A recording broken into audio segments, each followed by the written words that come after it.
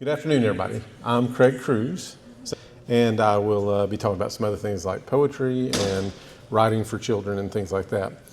I want to tell a little bit about me and how I got to Wilderness Wildlife Week. I'm a poet. I've met a few of you out there. I'm a poet and I'm an author of 2 children's books that I self-published, and I'm a kind of a newbie sketch artist. We'll talk a little bit about all those things.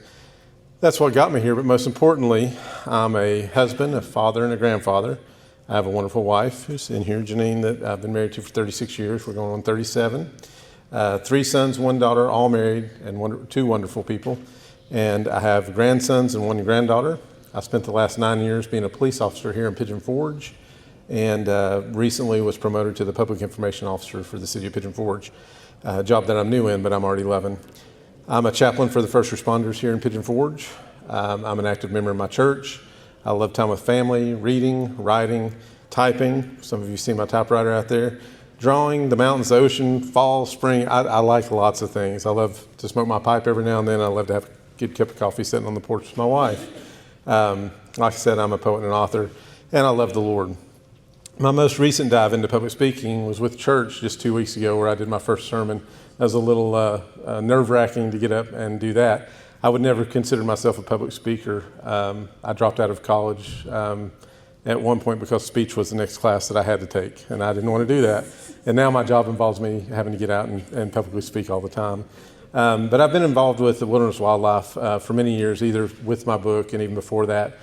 We had a special program here once where we, if I'm thinking about this right, Marcia, you may be able to correct me, where we presented my grandfather's prisoner of war diary. And I'll be talking a little bit about my grandfather during this presentation. These are the 2 books I've written. I'm a little different. My books aren't available yet on Amazon, and I've had them out for a few years. I eventually plan on doing that. I have a website you can buy them from, and then a few shops around here, such as A Long Story Short. They've probably sold the most books for me. It's near the Old Mill. If you haven't been there, I would suggest visiting with them. It's a great store. Three Bears General Store, Three Bears Gift Shop. That the owner that's very involved in our community, does lots of good things for our community, our Boys and Girls Club and things like that. She's actually sold a lot of books for me recently, and it's not been in there that long.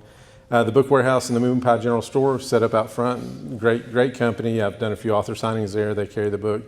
The Bible Museum, if you've never been up there, it's a great little place. There's a walk-through museum, but there's the gift shop's like a museum in itself. Lots of old books. Discover Damascus, a little shop. It's the only one I have out of state. It's a little shop in Damascus, yes. Oh, that's what it's called, Discover Damascus. And then the Pigeon Forge Public Library carries my book in the library, both of the books. I was excited that day when that happened. That's a picture of me and Janine there in front of the library. A lot of people ask me, so why did you write a story about MUSSOPO or about a possum? I was asked that numerous times out there. Why a possum? So one thing is that possums are incredible animals. I get to go to schools and talk about what they do to our environment, being able to take care of ticks and things like that, and that they're the only marsupials to North America. Lots of interesting facts, and I still get to go to schools and teach with that. It's a little bit different not being a police officer now because I'm not as cool as I once was to the kids, but I still get to go. And if you've ever interacted with a possum, and I've talked to a lot of folks out there that have, you'll know that they're a sweet animal and a lot of fun. We recently got back from the Possum Fest in Cumberland, Kentucky, and they even had a hissing booth, similar to a kissing booth, that allowed you to pet a possum and have your picture made with it. And then the other reason I would write about this would be, can you think of a cuter animal than we may differ on that, but I can't think of a cuter animal. And that picture is after I wrote the book, I started getting calls, especially from homeschool families, saying, they'd call me at the police department and say, can you come take care of these possums for us? And so we'd go pick up possums, and if they needed taken to a rehabber, we'd take them to a rehabber or just set them loose. These 2 in particular, the mom possum will often just drop them off. They'll fall off her back, and my wife might differ with me on this. They're not the most nurturing animals, so she didn't turn around and go look for them. They just go off. They keep going. So then the babies are out on their own, children. My wife says that particular possum just didn't know they fell off. So. If I haven't mentioned it much, I'm a huge reader. I love to read. I always have a book going. I always have at least one going, if not more. Sometimes two or three, sometimes more than that. I try not to go too far because you'll get lost in one and not come back to the other. But also always have a poetry book sitting by the bedside where I might read a poem here or there. My favorite book of all time is E.B. White's Charlotte's Web. I tried my best to model this book about MUSSOPO from Charlotte's Web for a few reasons. It's classic literature, and not to bash any of the modern day literature, but I didn't want the grossness of underpants and all the other things that come with it, or even scary ones. I wanted a classic, to write a classic book, and I feel like I kind of accomplished that with that. Charlotte's Web, of course, is a beautiful story of hope and love. It's beautifully written. I try to read it at least once a year. If you haven't read it and just watched the movies, I mean, you're getting a lot from the movies, but there's something about that book. I also have a favorite modern day author of children's literature is Kate DiCamilla. She's wrote Because of Winn-Dixie and The Adventures of Edward Tulane and things like that. Many other books, a Newbery Award winner, one that the schools often use nowadays, similar to what Charlotte's Web would have been used back in my day. Those are a few of my favorite authors. There's many more. Right now I'm reading Tolkien. I always read some Charles Spurgeon, and always have a Robert Frost book close by to where I can read some of that. But those are just some of the inspirations I have, from Charles Dickens to Ray Bradbury. So I can't necessarily claim to be a diverse reader. I stay in two genres. I stay in the Bible a lot, and then I love fiction. I always have a fiction book going. I'll read my share of theology, but I get the most non-stressed enjoyment from reading a good fiction book. And I've read the Bible numerous times, cover to cover, and the knowledge that I can gain from the Word of God is incredible, and it compares to none. But when you get the chance to love other works of fiction, or to read works of fiction, Lord of the Rings, I'd never read. I read it for the first time this year, and I've already started it again. It was quite an incredible book, very detailed.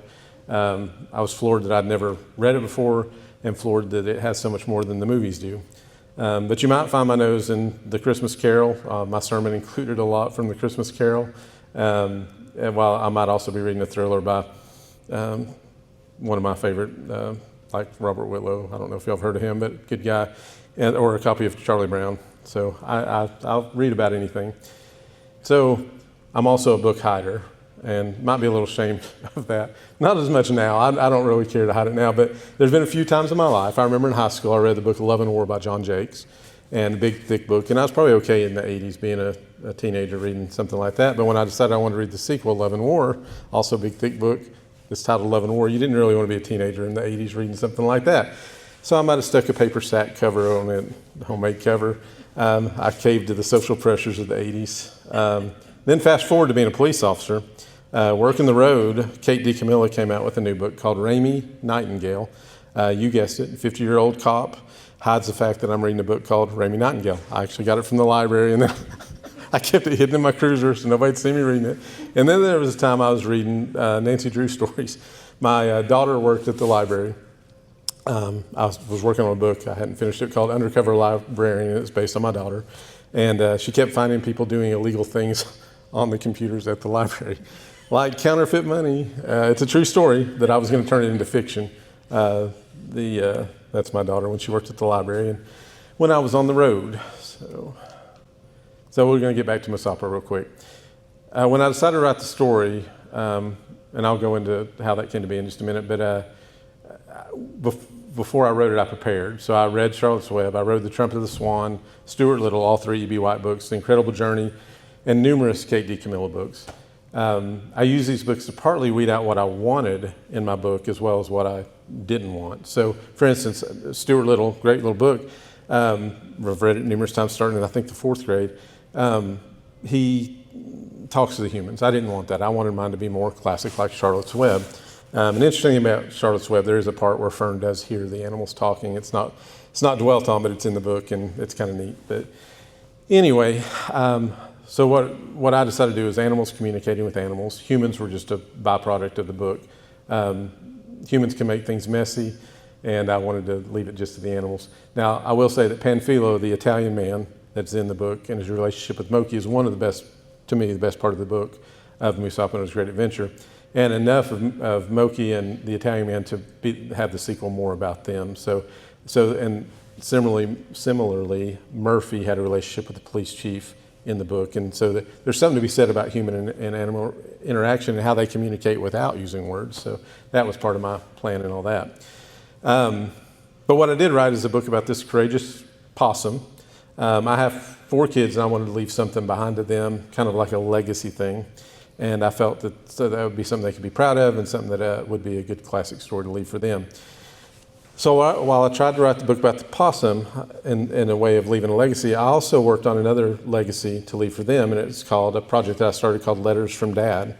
I actually went out to the community and taught this to numerous dads about how to get closer to your children.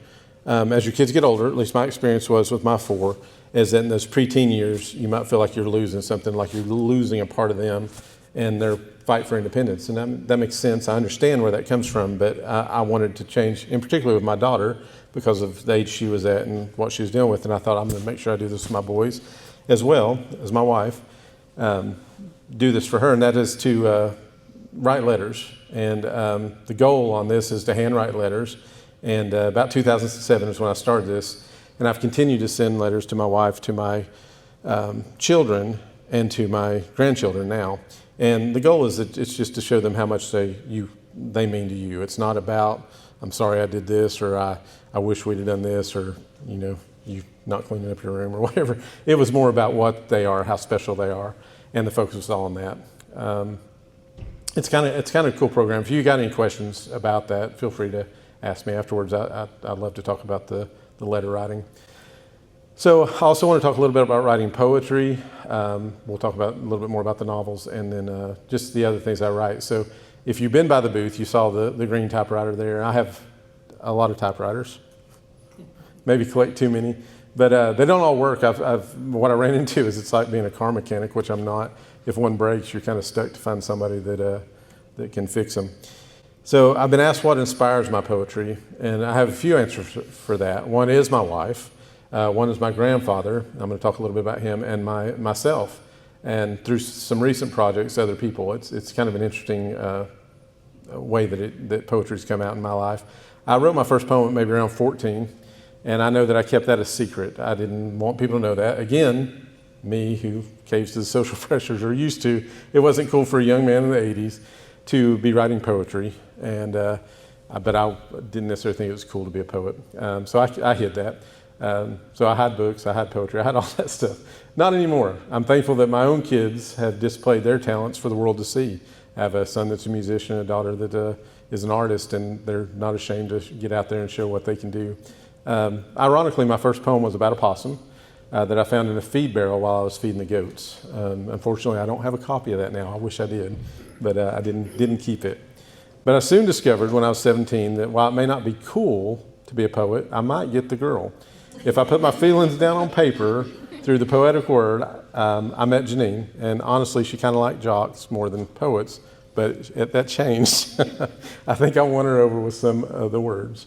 So at the age of 17, I let my guard down to Janine, let her see the true me, and then that poem became years of poetry to the one I love. I don't know how many you got, but you got quite a few, I believe. The other person, my grandfather, George Chappell. To say it came naturally wouldn't be correct because of him. I knew that he was a writer. He was my mom's dad, and he was a World War II veteran. He was decorated for his bravery and his courage. He received a Bronze Star and a Purple Heart. He was taken prisoner of war in Germany at the Battle of the Bulge.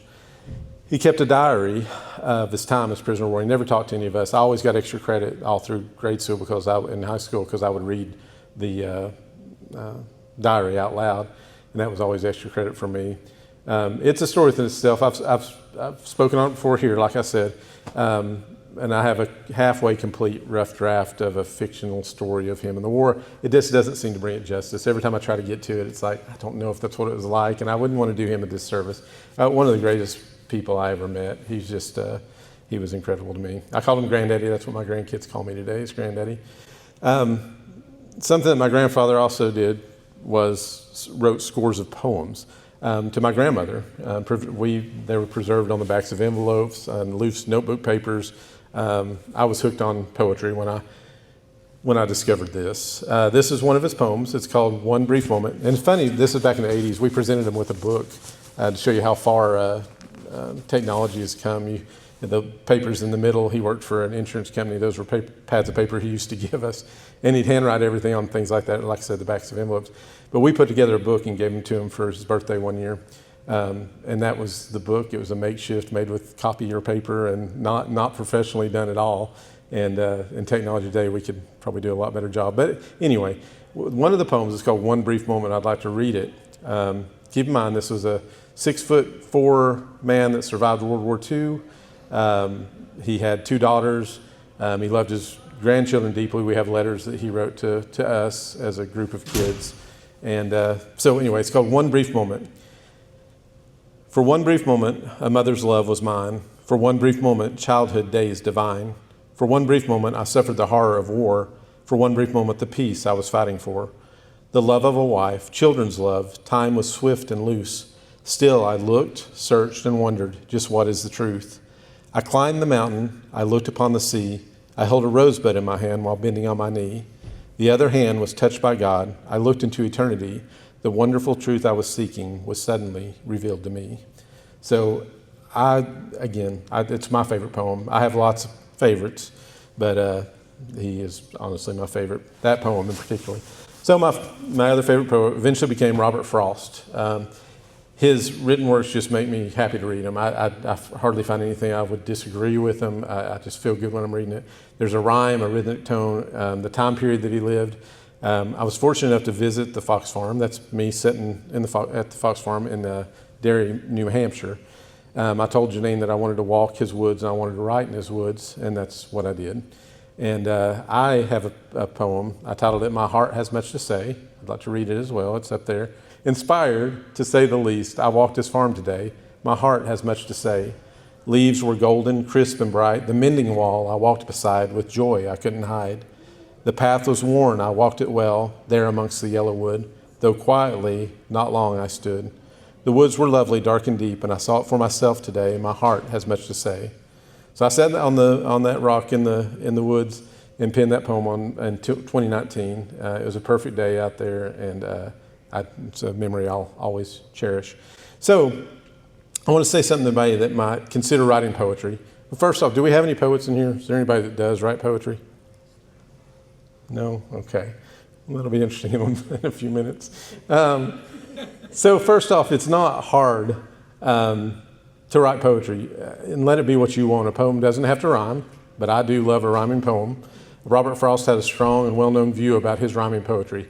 He valued it. He valued the structure and the rhyme. He said they were essential tools of poetic expression.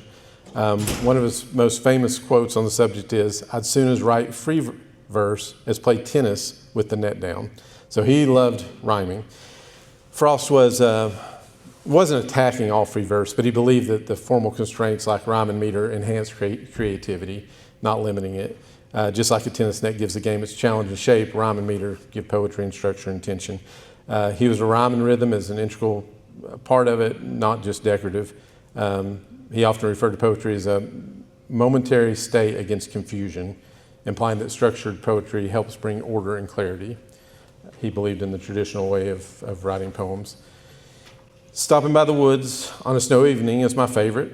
At one time I had it memorized, maybe not so much now. It was written in 1923. I'd like to read it. "Whose woods these are, I think I know. His house is in the village, though.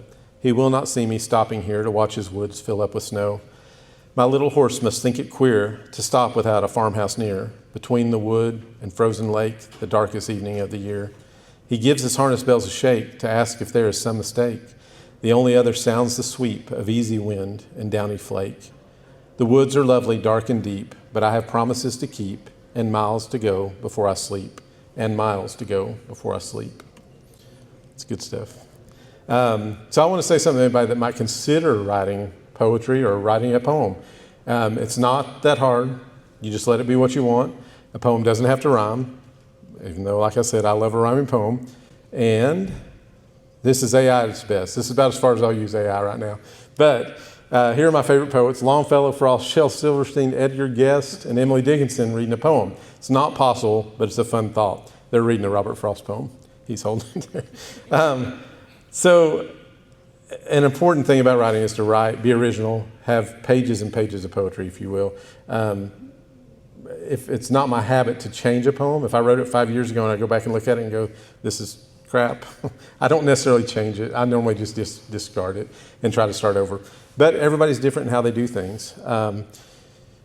Find someone you like to read. If you're interested in poetry, find Emily Dickinson. Edgar Guest is incredible. Shel Silverstein for the fun. That's what I started out writing, was the poem about the possum was a Shel Silverstein type poem. That's what I was reading at that time in my life. Longfellow, an incredible story. His life's an incredible story. The list can go on of poets that are out there. Janine has written me a few poems. Those I cherish those. My oldest son, CJ's taking to writing some poems. I had the joy of turning one of my poems into a song with my son, Eli, who's a magician. He writes all of his own music, so he's writing all the time. And then that's just, it was a dream come true to see the poem that I wrote come into music. I wish I'd have saved that because he never put it out. So it's more of a private thing. But anyway, and then even my other children, my daughter Hannah and I are soon to work on a book together called The Spider and the Moon. She's going to illustrate it. I've written it, and it's not a children's novel like my others. It's a children's picture book type thing. And she's a great artist and goes a long way. So I want to try something. And I'm kind of messed up because my computer won't let me pull up the screen I wanted. But do you have a pen? Does anybody have a pen? We're going to write a poem together. I promise you this won't hurt. I promise. So I'm going to ask a simple question. Actually, I'm going to get you to finish a statement, and I'll write it down. And even though I'm a fan of rhyming, this probably will not rhyme. I think that would be a miracle if it did. But I think we can make a short poem together if you guys will help me a little bit. So finish the statement, I remember. That's all I'm asking. It can be short. It can be just a snippet of something. So somebody help me. I'll start out. So I remember my dad smoking his pipe. So if that gives you a clue where I'm anything. So give me an I remember. The crows in September? Okay.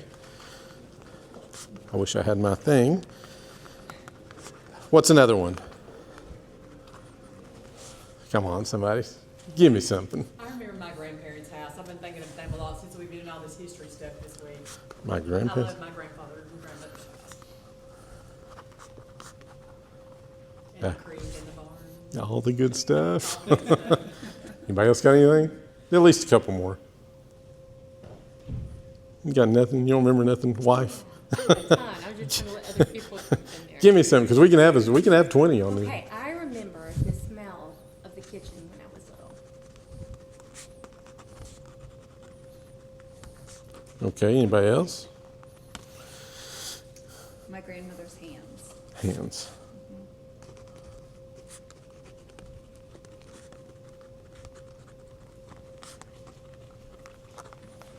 Anybody else? Kids? Fishing with my father and grandfather.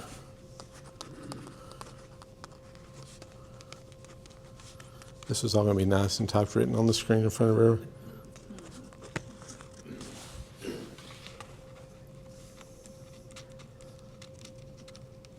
Anybody else? What you got? The taste of my mother's roast. Taste of mother's roast.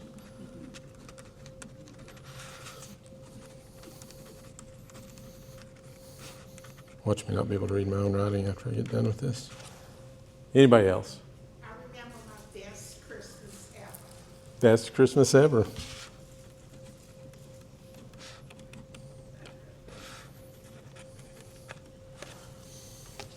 Kids, y'all got anything? What do you remember? You're young. You got to have some recent memories at least. My aunt's cabin in the woods. Aunt's cabin in the woods.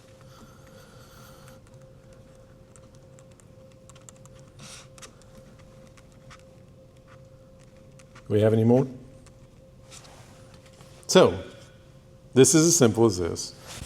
If you had a poem, you could say, I remember the crows in September, my grandparents' house, the smell of mom's kitchen, my grandmother's hands, fishing with my father and grandfather, the taste of my mother's roast, the best Christmas ever, my aunt's cabin in the woods.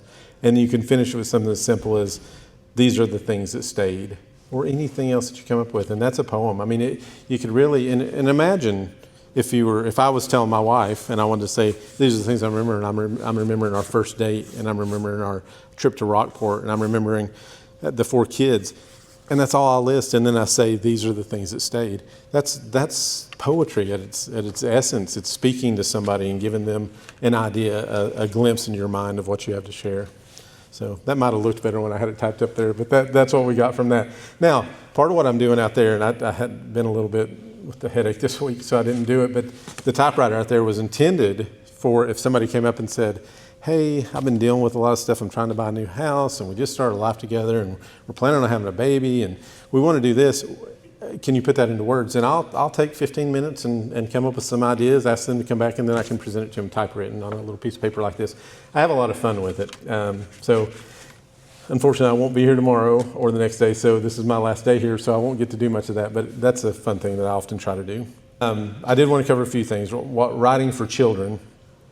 We can talk about the technical of the voice, the tone, the pacing, and things like that. It's all important stuff. But one thing I know about children is that they are not dumb. You don't have to dumb things down for them. They're capable of understanding big concepts, big things that happen.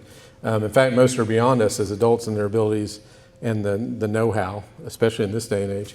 But I think oftentimes we don't give children credit, especially when it comes to things that are hard, and how they take to that, and how they're affected by those words that you put. For instance, say about Charlotte's Web, the spider dies. There's no getting around that at the end, and that's a sad story. But kids deal with it because even in my own family, I have one that had cancer before she knew who she was. She's now 4 years old. 4 months, she was diagnosed with neuroblastoma. She's 4, almost 5. If you think she couldn't handle hard things, she's already handled hard things her whole little life. Most of us, I shouldn't even say that, a lot of people have never experienced radiation, chemo, scan after scan, the loss of hair due to that, the loss of hearing that she's had. She now wears hearing aids. She's going to be able to handle hard things as she gets older. When she learns to read, I believe she can handle very tough themes. 2 of my grandboys are adopted. Do you think they're not going to know what hard things are, or how it is to get through tough things? They do. And then we'll talk a little bit more about cancer in a minute, because that's become a real effect on our family. But years on the road as a police officer, I've seen the abuse, mental as well as physical, in our young people. I've seen this loss, kids being torn from drugged out parents, consoling a child that saw their father pass away. So I give kids credit. They live in a time where their school goes on lockdown often. I experience that through the police side of things. Can you imagine being a kid experiencing that? So they have fear that they're the next target for an active shooter. Kids can handle big topics. I'm going to take a moment and look at MUSSOPO's world. His world's fairly simple. He's a wild animal that got separated from his family, and he wants nothing more to be home because his family is the most important thing to him. Little does he know that he will encounter some peculiar subjects that change the way he feels. He'll realize that these animals have their own wants, needs, just to become a part of a family.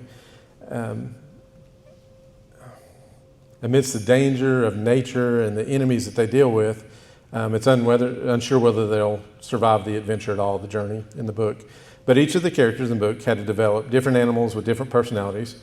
From our main character, MUSSOPO, but still believable that they can be friends with a rat or a dog. You might believe a possum can be friends with a raccoon, but what about a St. Bernard? So that's what this story is about. A rat and a dog, an owl and a rat, St. Bernard and an owl, all these being friends in this book, and all with the same goal, to find belonging in a family and to find their way home. Let's see. So I can go on about the creation of each character. I love each of them. I put a lot of thought into each character, from MUSSOPO, Star, the evil rat, Trey, the Italian man, Henry, the great owl, Murphy, Piper, Nora Jane, Riley, all these. But I want to say a little bit about the creation of Mochie. Mochie's based on an actual dog that we once had. Mochie was a miniature schnauzer, but Mochie was different. He was born to our pets Rosebud and Popo. It wasn't Popo after the police then. I don't know why CJ named him that. But anyway, he didn't look like them. He was black and unhealthy. He was a runt. So that's a picture of him. He is all the time in trouble. There's a sweater that my daughter made for him, and when he broke his leg, all kinds of stuff. But he was always a misfit, kind of didn't seem to fit in. So we made him a pet. He was special to us. He didn't have very many teeth, which the character in the book also is like that. So there's lots of similarities. Mochie was real. The character resembled a lot of that.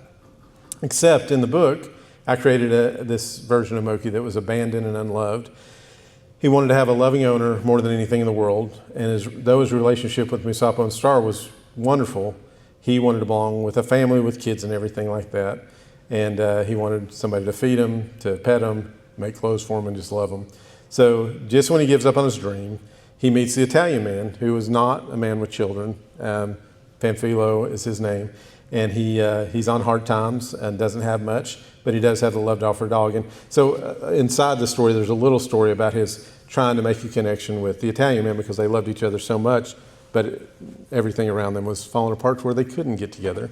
And I thought so much about Mochie that I did continue with this sequel with a book, a lot about him. So I did self-publish. I learned a lot from that. There was a lot of challenges. It's a journey, and people do it a different way now to be an independent author, an indie author, whatever they call authors like me. But traditional publishing is a hard road. It's not impossible, I guess. You got to spend money on agents and all that stuff, editors, all that stuff. Expect turndowns, which is okay. I can understand some turndowns. I've had a few, but the time process is big.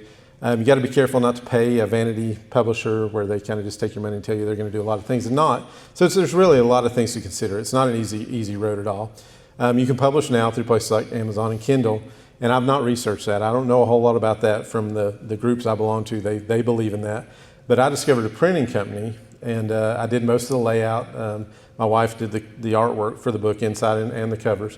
And I have children that are kind of technical, so they help me put all that together. And then I went to a publishing company called 48 Hour Printing. And once you get it approved, like right now, if I ordered books today, Tuesday, I'll probably have them on Friday. So it takes them that quick to do 125 books. It's a simple thing for me. I have a full-time job, so it's not always easy for me to get out and market it and do all that stuff. I don't have it in a ton of stores, but I'm getting there, and I'm happy with coming to places like this and selling a few books here and there. Let's see. So I'm close to have sold 1,000 copies. By the time I get through this box of 125, I will have sold 1,000 copies. That's an accomplishment to me. I'm excited about that. And like I said, it's not a New York Times bestseller. I might be a Sevier County Times bestseller. I don't know. We'll see. But both the books have illustrations and sketches. When I wrote the book, I was so excited. I had so many ideas, and I wanted something along the lines of E.B. White's Charlotte's Web. Garth Williams is the creator of a lot of that art. And if he was still alive and I'd known him, that's who I would have gone to and said, hey, this is what I want. He did the Little House on the Prairie books, did things like that. This is what I want. I couldn't wait to figure out how to make that happen, but I ran into roadblocks. I ran into money to pay somebody to illustrate. I ran into maybe knowing an illustrator, but they're too busy or they don't want to commit to something like that, especially when you're not paying them. So I started looking at all these others and like I said, didn't have the money. And then I came across the idea. I have a wife that liked to do watercolors. She'd not been doing it that long, and mostly flowers, pumpkins, things like that. And I'd watched her from the beginning, from the process of it being difficult to seeing her do beautiful pumpkins and flowers. So I decided, if I don't have Garth Williams, what about Janine Cruz? So it was perfect. I mean, I didn't have to pay her anything, and I knew she could paint. So she went immediately to creating the cover, and I gave her I don't see my notes, but I gave her a very good description of what I wanted. I said, I want a loose-colored opossum. That's all I told her. And she came up with the cover, which is great. It suited it perfect. I knew it was perfect. And then when she got done, and I don't know if you were proud of it, I was proud of it. I said, okay, now I need a rat, a dog, another rat, the Italian man, a raccoon, and a St. Bernard. And of course, she didn't disappoint. She got it done. So fast forward to the sequel. It was a few years later. And I asked for something that my artist didn't necessarily want to hear. I needed another possum cover, and I needed a rat, a dog, a bear, a cat, a chipmunk, an owl, a raccoon, a police officer, and a St. Bernard. So once again, she did not disappoint.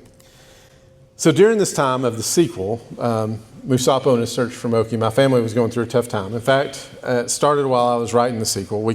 I was about, I'm going to go into that in just a second about NaNoWriMo, but it's a challenge to write a book in 30 days. I was probably about 10 days in. I was doing good on my word count. Everything was smooth. I was taking the time to do it. And then we got a call telling us that our 4-month-old granddaughter, Hallelujah, had neuroblastoma cancer. I always tell people, I'm going to look at my own notes now, there's neuroblastoma because before that call I had no idea what that word was. And we've learned a lot over the years of that. But my writing went on hold, our lives went on hold, literally everything that we were doing. I was a very active community police officer. It was November, I was in the midst of Shop of the Cop, other programs that I had to stay in the game, and I was lost. We didn't know what to do. Thankfully, she is in remission. I always want to make sure. Her name's Hallelujah. We call her Hallie a lot of the time. She likes to be called Hallie. And she's in remission, and she's 4 years old. Her dad, my oldest son, CJ, battled Burkitt's lymphoma cancer during this same stretch of time. And his wife, my daughter-in-law, also dealt with thyroid cancer. So all during this 3-year period, we had cancer galore in my family in Kentucky. And we think there's reasons behind why they all have cancer. But thankfully, they are all in remission. So her dad, my oldest, is in that picture during one of his treatments. And one thing that the hard times for us did allow us to do was become a little bit more creative. So I'm one that needs something to take my mind off the stress of life sometimes. And I was not an artist. I couldn't draw a stick person hardly.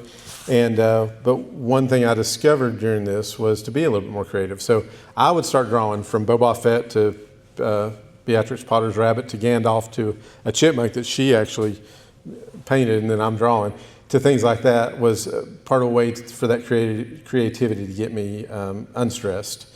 So I began to sketch. They didn't look like that when I started. They looked like stick people, and it changed a little bit. So during that time, we also had some of our parents die. I had my dad die. She had both of her parents die. We were under tremendous stress for 4 years, and what I don't think it did was take away the creativity. I think it allowed us, both me and my wife, to be more creative in what we do. We've sketched with our friends before and sat and had sketch nights where we all sit around and draw while we're out and about on vacation.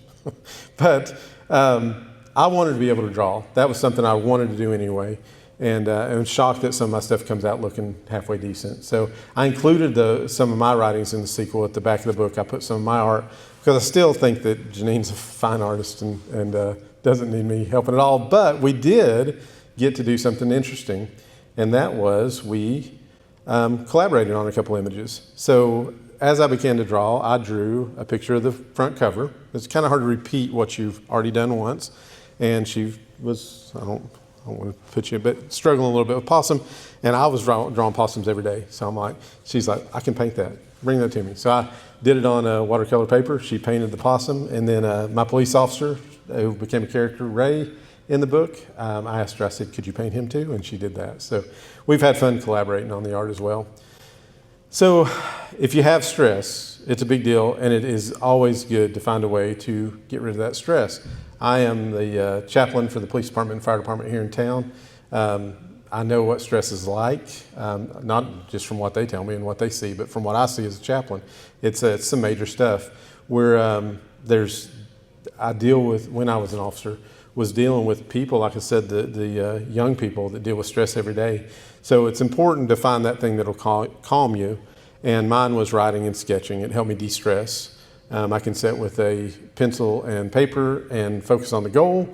And as I sketch, my mind goes to those things instead of all the hard things that we deal with. I was on a call as an officer for an unruly juvenile. He was out of control, one that we would normally take to juvenile. I tried to get him to talk to me. He refused. He's angry.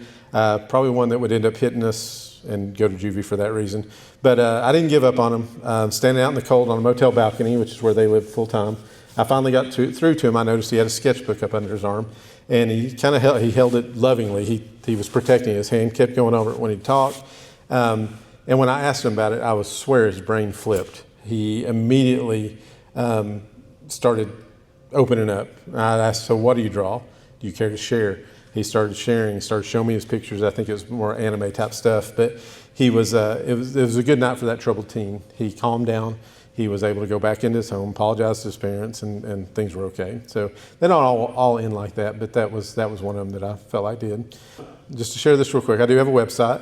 I'll never forget the Christmas my son, the musician, came home from Washington, D.C., where he was living at the time, and said, "Hey, here's your Christmas present. I got you a website." I was like, "Oh, that's incredible. CraigCruz.com, you've got everything."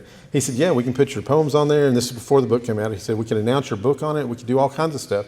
I was like, great, let's do it. So we loaded up a bunch of my poetry, put on there this guy that hides his poetry, this police officer, and got it all done. And he says, "Now all that we need to do is share it on your social media page." I'm like, okay. Now that means the chief of police is going to see it. That means the fire chief's going to see it. All these people that kind of over me and my bosses are going to see it. Anyway, we did it. And I was shocked the first time that I saw one of my poems come through and Chief Catlett liked it. And I thought, I'm just going to have to own this. So I've kind of changed this. And I don't hide so much stuff. They all know that I'm who I am, and they accept me for that. So final tips on aspiring writers and artists. Don't wait for permission. Start with what you have. If you don't have something, go buy it. If you don't have a budget to go buy it, borrow it. Be creative. That's the whole goal. I've seen people draw masterpieces of art with a piece of chalk from a fire, the piece of briquette. I've seen someone take children's Play-Doh and mold it into something creative. But all it takes is a piece of paper and a pencil to write a poem or sketch a flower or just to create. I won't get preachy, but we are made by a master creator. He created everything around us: the sky, the moon, the stars, the trees, the mountains, the flowers, the animals, whales, giraffes, all the things that we're talking about out here, from possums to owls. And he made us in his image and to be like him, and he is the ultimate creator. So I would suggest go create. Now, I'm almost done. First drafts are supposed to be messy. I've written 4 books, and all the first drafts were messy. Maybe the 2 possum books weren't as bad because I was a little bit more prepared. But I mentioned National Novel Writing Month. I think it's not anymore. But November's a good month to write. Take 30 days, write with wild abandonment, anything that comes across your mind, and worry about that, creating it into a book later. Get it into words. Let it be a mess, and then fix it. My first novel is called The End of the World as We Know It. I haven't printed it yet. It's an adult fiction novel. It's been revised maybe 20 times, and it still needs probably 10 more times. It's a major thing to undertake a book, but don't be afraid. It's just, if you never got it done, it's sitting there, and it's a book that they find when you're gone, and they say, "Look, Dad wrote this book." Just let it be that. My second novel is Code 4, is about a dispatcher, which I started out as at the police department. A female dispatcher gets abducted on a ride along with an officer when the officer gets shot. There's things that you can come up with from real life events and turn it into a work of fiction. So between these 4 novels, I've written and written. Some succeed, some fail. I write short stories, a lot of poems, and a lot of rough drafts. Poetry can get crazy. With me, I've written so many that I can't even organize on how to get them into a book. And then the side note on the short stories, I loved Ray Bradbury as a teenager, still love to read Ray Bradbury. And on a trip we had, I had the opportunity at the beach to have some time to myself, sat out on the Outer Banks, and wrote like 3 short stories. I entered one. I always try to enter stuff just to see if people like what I write. And I don't mind getting a turn down. Somebody says, "No, that's not for us," I'm all fine with it. I did have a disappointing one I'll share real quick. That was from one place that told me that I sent it in, and it was about, I get that I didn't fit their unique vacation is what it was. I get that I wrote about some serious topics in it: drugs, overdoses, death, poverty, adoption, things like that in the story. I get it. But when they told me that I got a turn down, they didn't want it, I was fine. But I read on, and it was what they said. And it said, "Thank you for submitting your writing to the carrier bag. We regret to inform you that we cannot accept your submission, as we feel it does not meet our magazine theme." I was like, okay, I knew it. They wouldn't, because it was too heavy. But it went on. It said, "We felt that the descriptions given of the teenagers were stereotypical and harmful. We wish you the best in your future endeavors." And I had to laugh because it was about an inner city police officer dealing with the youth of today. And it was very factual, even though it was fiction. And I don't think they understood where I was going with it. But just to leave you with this, writing a novel takes grit, but you don't need to be perfect. Just persistent. Keep showing up. Keep writing. Write all the time. And the only way to fail is to quit. Shel Silverstein said, anything is possible, anything can be. And I didn't say it in his voice, Janine. I refrained. And J.R.R. Tolkien said, little by little, one travels far. So it's the little things of getting started, writing, putting your words down on paper. I talked to people today that told me they wish they had written down their visits to the state parks, the people they met, the things that they learned, and they didn't write it down. So, take the opportunity to do that. And that's all I've got. Unless you got any questions about any of it, that's the presentation.